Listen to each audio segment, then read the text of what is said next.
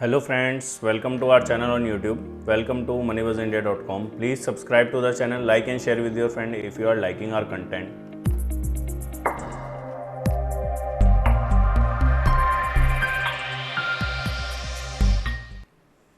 This is some traditional disclaimer on part of Moneybuzz team. Please read it carefully.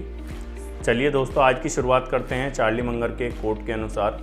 इस coat में क्या कह रहे हैं सारा यदि आप पढ़ेंगे तो इसका ये मतलब निकलेगा कि यदि आप वेरी इंटेलिजेंट बनने की जगह अपनी स्टूपिडिटी को कम कर दें मार्केट में और फूल बनने से बचें तो भी आप लॉन्ग टर्म में एक अच्छे रिटर्न्स कमा सकते हैं। तो वो फूल बनने से आप कैसे बच सकते हैं? जब आप डीप एनालिसिस करेंगे किसी भी डेटा का, किसी भी कंपनी का और किसी भी चार्ट्स का, तो वहाँ पे आप फूल बनने से बच सकते हैं और लॉन्ग टर्म में एक अच्छा रिटर्न जनरेट कर सकते हैं अपने पोर्टफोलियो के लिए। तो चलिए शुरुआत करते हैं आज की वीडियो की और देखते हैं आगे। तो जैसा कि आप लोग सभी जानते हैं कि हमारे चैनल का फोकस एक एज क्रिएट करने की तरफ है कि मार्केट में एक एज क्रिएट हो पाए रिटेल इन्वेस्टर का फिर विद यूज़फुल इन्फॉर्मेशन, जिससे कि वो कम्पीट कर पाए एफआईआई और डीआईआई से और अपने पोर्टफोलियो के लिए एक अच्छा रिटर्न जनरेट कर सकें। तो चलिए शुरुआत करते हैं आज की वीडियो की। लास्ट वीडियो में हमने देखा था अदानी पावर ने किस तरीके का रिटर्न दिया। लास्ट वीडियो से अब तक एक वीक में 42% के आरओआई इस स्टॉक ने जनरेट करके दिए। आप देख सकते हैं किस तरह से 145 से 203 के लेवल पे 1 वीक में स्टॉक पहुंच चुका है। तो इस तरीके के और भी फैक्ट जानने के लिए आप लास्ट वीडियो को देख सकते हैं। वहाँ पे आपको पता चलेगा कि कौन कौन से स्टॉक हमने डिस्कस करे थे और इसमें से कितनों ने आउट परफॉर्म करा है मार्केट को और कितनों ने अभी परफॉर्म नहीं करा है और परफॉर्मेंस आनी बाकी है। तो चलिए शुरुआत करते हैं आज की और आज देखते हैं कि 6000 चार्ट में से कौन सा ऐसा चार्ट है जो हमें आपके साथ में डिस्कस करना है और विद डिटेल आज हम डिस्कशन करेंगे। तो सबसे पहली कंपनी जो आज हम डिस्कस करने वाले हैं वो है क्यूमिंस इंडिया। तो यदि क्यूमिंस इंडिया की हिस्ट्री के बारे में आप जानना चाहेंगे तो 1962 में किर्लोस्कर क्यूमिंस के नाम से एक कंपनी एस्टेब्लिश हुई थी और ये यूएसए का एक जॉइंट वेंचर है। यहाँ पे यूएस की कंपनी का Kirloskar oil engine and Cummins company incorporation USA. तो इनकी पार्टनरशिप 1997 तक चली। उसके बाद में 1997 में किर्लोस्कर ने अपनी ओनरशिप बेच दी इसमें और क्यूमिंस इनकॉर्पोरेशन ने 51% इसमें होल्ड कर ली कंपनी में और बाकी बीएससी और एनएससी पर ट्रेड होने लग गई। तो उसके बाद से यदि हम कंपनी का एनालिसिस करें तो आज इस कंपनी को हमने क्यों चूज़ करा है उसका आपको धीरे धीरे वीडियो में आगे पता चलेगा कि इस तरह से कंपनी में क्या चेंज हो रहा है। तो यदि आप इस कंपनी के सेक्टर देखेंगे तो ये मैन्युफैक्चरिंग में, कमर्शियल, रेजिडेंशियल, टेलीकॉम, जो इसके जनरेटर्स बनते हैं क्यूमिंस इंडिया के, वो कहाँ पे यूज़ होते हैं यदि आप देखना चाहेंगे तो मैन्युफैक्चरिंग में, commercial, residential, telecom, health care, other, इस तरीके के सेक्टर्स में इनके प्रोडक्ट की डिमांड रहती है। तो सबसे पहले तो इंडस्ट्रियल यूज़ में इनके प्रोडक्ट यूज़ होते हैं, पावर जनरेशन में और डिस्ट्रीब्यूशन में। डिस्ट्रीब्यूशन को यदि आप समझना चाहें तो इस तरह से समझ सकते हैं कि डिस्ट्रीब्यूशन नेटवर्क क्यूमिंस इंडिया का ऑल ओवर इंडिया कैसे काम कर रहा है।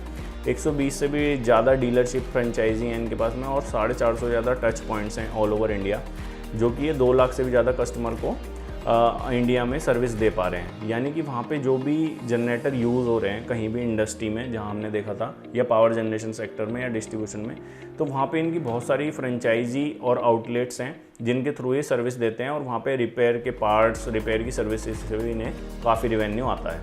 तो यदि रिवेन्यू का ब्रेकअप आप देखेंगे डिस्ट्रीब्यूशन से, यानी कि जो इनके फ्रेंचाइजी वगैरह हैं वहाँ से, डिस्ट्रीब्यूशन नेटवर्क से इनका 45% रिवेन्यू आ रहा है, पावर जनरेशन से 32% और इंडस्ट्रियल जो ये सप्लाई कर रहे हैं वहाँ से 23% के करीब रिवेन्यू आ रहा है।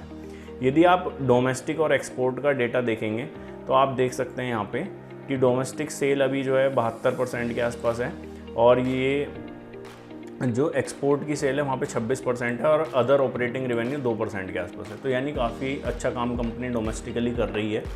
यदि आप इंडस्ट्रियल सेगमेंट देखेंगे कंपनी की तो Indian railway, mining, marine, defence, global fire pump, इस तरीके के इंडस्ट्रियल सेगमेंट है कंपनी जहाँ पे काम कर रही है। यदि मार्केट शेयर देखेंगे इंडिया में कंपनी का क्यूमिंस इंडिया का तो 35% के आसपास है। यानी कि एक तो मार्केट साइज़ बहुत ही बड़ा है जिस सेगमेंट में ये कंपनी काम कर रही है, दूसरा उस सेगमेंट का ये सबसे बड़ा प्लेयर है क्यूमिंस इंडिया करके। दूसरा शेयर जो है किर्लोस्कर ऑयल इंजन लिमिटेड का है, जो कि इनके साथ की पार्टनरशिप थी 1997 में, अलग हो गए थे वो लोग।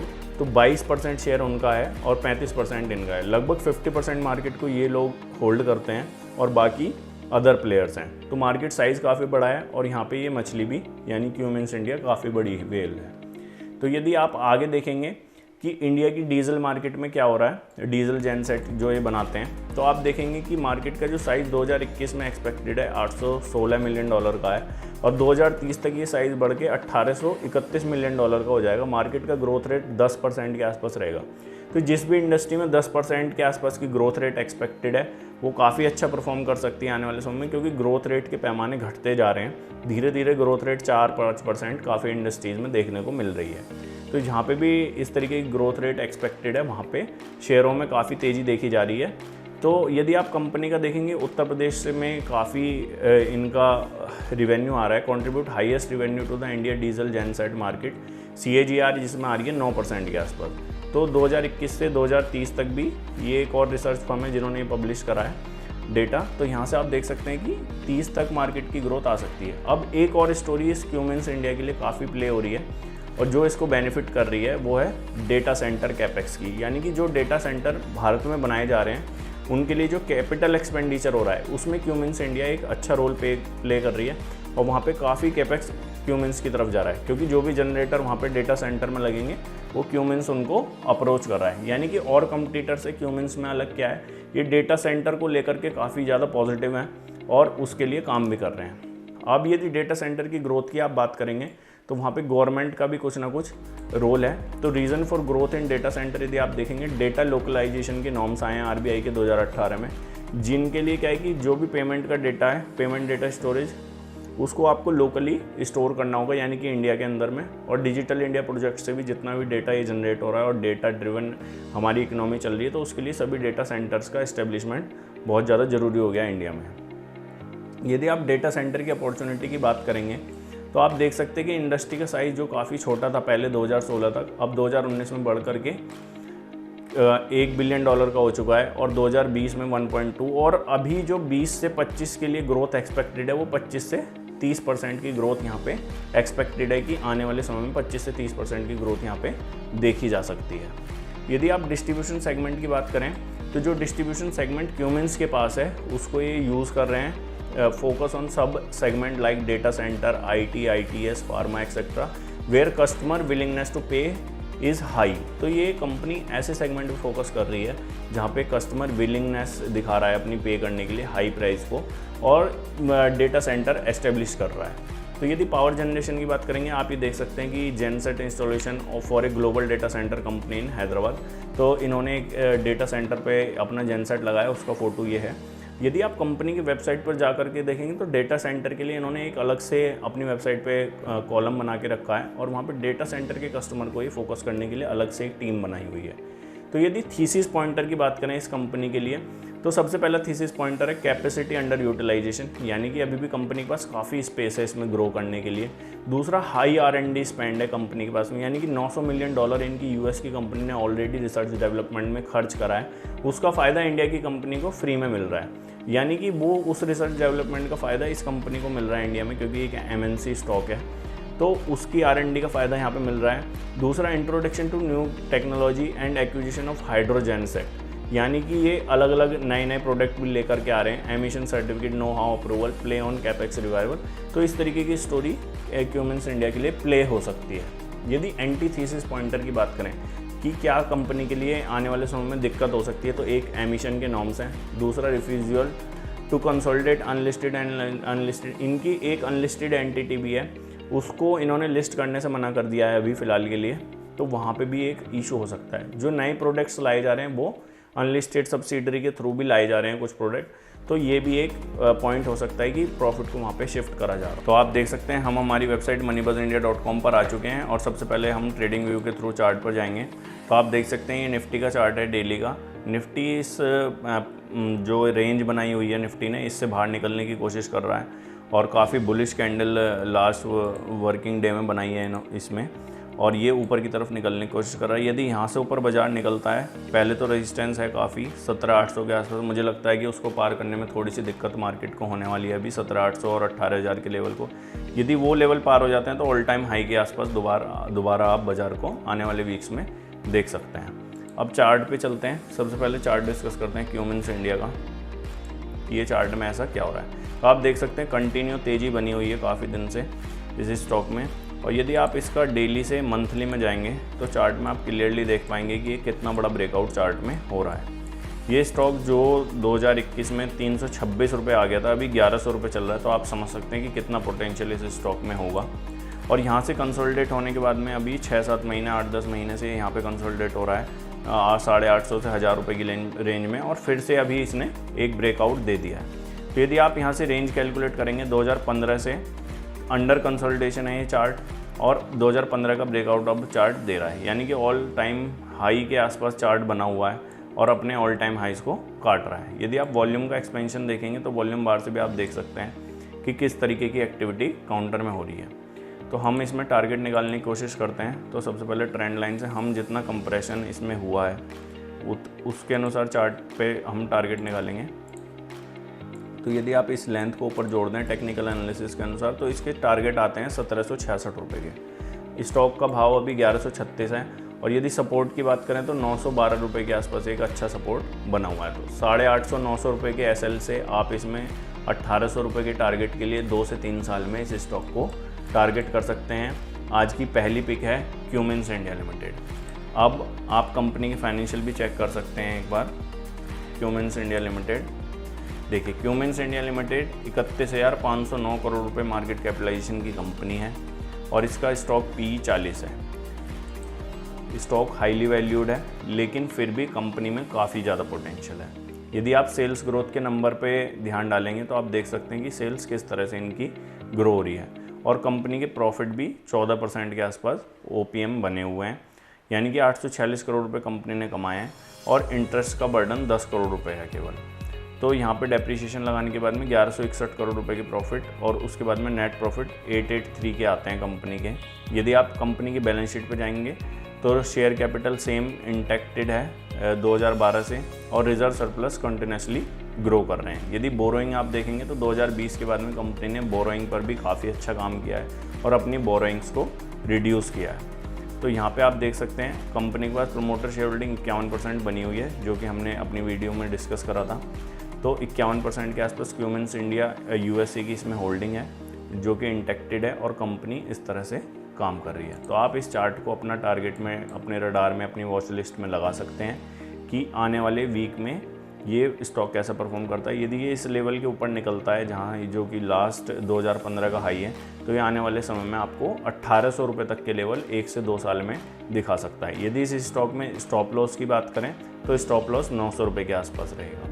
एक और स्टॉक जो हम आपके साथ डिस्कस करना चाहते हैं, कंपनी बहुत ही अच्छा काम कर रही है, गोदावरी इस्पात एंड पावर लिमिटेड। यदि आप इसकी एनुअल रिपोर्ट वगैरह सर्च करेंगे तो आप पाएंगे कि कंपनी ट्रिमेंडसली नंबर कोट कर रही है। देख लेते हैं। देखिए ये स्टॉक ऑलरेडी काफ़ी रन हो चुका है, लेकिन अभी भी ये नीचे जाने का मूड में नहीं है। ये देखिए कितना बढ़िया ब्रेकआउट इस पे आया था, यहाँ पे 131 के लेवल पे मार्च 21 में 131 वाला स्टॉक 460 रुपये के लेवल पे चला गया था। उसके बाद में पीछे कुछ मंथ में 242 तक आया, और अब ये दोबारा से अंडर कंसोलिडेशन है। तो इस कंसोलिडेशन में आप कहीं अपनी पोजीशन बना सकते हैं। जैसे ही इस चार्ट में दोबारा से ब्रेकआउट होएगा, जो कि फ्लैग पैटर्न का ब्रेकआउट होगा, यदि आप देखें तो एक बुलिश फ्लैग पैटर्न ये चार्ट बना रहा है। देखिए काफ़ी अच्छे वॉल्यूम यहाँ पे हो रहे हैं। यदि आप देखेंगे इस तरह से ट्रेंड लाइन से, तो ये बुलिश फ्लैग पैटर्न यहाँ पे बन रहा है।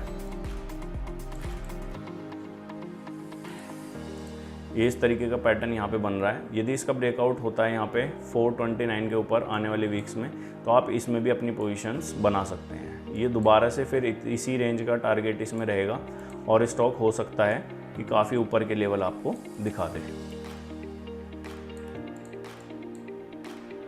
ये लेवल बैठते हैं 800 रुपये के, तो आप 800 रुपये के लिए GPIL को टारगेट कर सकते हैं। यहाँ से लगभग डबल के टारगेट हैं, और 242 के आसपास अपना स्टॉप लॉस लगा सकते हैं, क्योंकि 242 के नीचे आती है चार्ट का पैटर्न वॉइड हो जाएगा।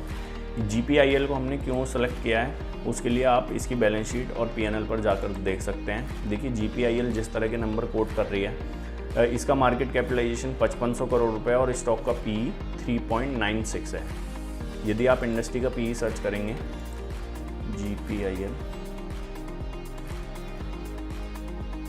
यहाँ पे आ जाइए स्टॉक एज पे, देखिए इंडस्ट्री का PE 6 है, और अभी स्टॉक 4 के PE के आसपास ट्रेड कर रहा है। इस्पात की ये कंपनी है, और इंटीग्रेटेड ऑपरेशन है इनके, यानी कि जो इसकी माइनिंग के लिए जो भी ये बनाते हैं रोड प्रोडक्ट वगैरह, इसके लिए जो भी बिजली चाहिए होती है इंटीग्रेशन में इनके पास में है, और ये उसको भी प्रोड्यूस कर रहे हैं। एक और सेगमेंट इनका इलेक्ट्रिसिटी का, यहाँ पे एनुअल फाइनेंशियल स्टेटमेंट में आप देख सकते हैं कि इलेक्ट्रिसिटी से कितना रिवेन्यू यहाँ पे इनको आ रहा है। और स्टॉक बिल्कुल अपवर्ड मूव दिखा रहा है यहाँ से, और नीचे आने के लिए तैयार नहीं है। और यहाँ से यदि आप पीएनएल पे जाएंगे तो आप देख सकते हैं कि 5,200 करोड़ रुपए कंपनी का सेल है, और 38% के आसपास के प्रॉफिट जिस कंपनी के हैं वो आने वाले वीक्स में, आने वाले क्वार्टर्स में बहुत अच्छा परफॉर्म करेगी। क्योंकि जैसा कि लास्ट वीडियो में हमने डिस्कस करा, आने वाले 2 क्वार्टर बहुत ही मुश्किल होने वाले हैं उन सभी कंपनियों के लिए जिनके प्रॉफिट मार्जिन श्रिंक हैं, 5 से 10% की रेंज में काम कर रहे हैं, क्योंकि इनपुट प्रोडक्ट की कॉस्ट बढ़ चुकी है। और यदि कंपनी कैपेबल नहीं है इस चीज़ के लिए कि वो पास ऑन कर सके कस्टमर को महंगे प्रोडक्ट्स जो कि वो बना रही थी, उसकी कॉस्ट बढ़ गई है, महंगा प्रोडक्ट बेच पाए, तो वो कंपनी के मार्जिन श्रिंक होने हैं और वो सब कंपनियां लॉस कोट करेंगी आने वाले 1-2 क्वार्टर्स में। तो ये इस तरीके की कंपनी को आप फोकस कर सकते हैं जहाँ पे हैवी मार्जिन्स दिखाई दे रहे हैं। यदि श्रिंक भी होते हैं तो 10-15% के बाद भी इनके मार्जिन 20% के आसपास आपको दिखेंगे, और 20% पे कंपनी ग्रो हो पाएगी यहाँ से प्रॉफिट के लिए। तो ये थे आज के 2 स्टॉक जो हम आप लोगों के साथ डिस्कस करने वाले थे। पहला है क्यूमिंस इंडिया, दूसरा है गोदावरी पावर एंड इस्पात limited. Thanks for watching us, thank you.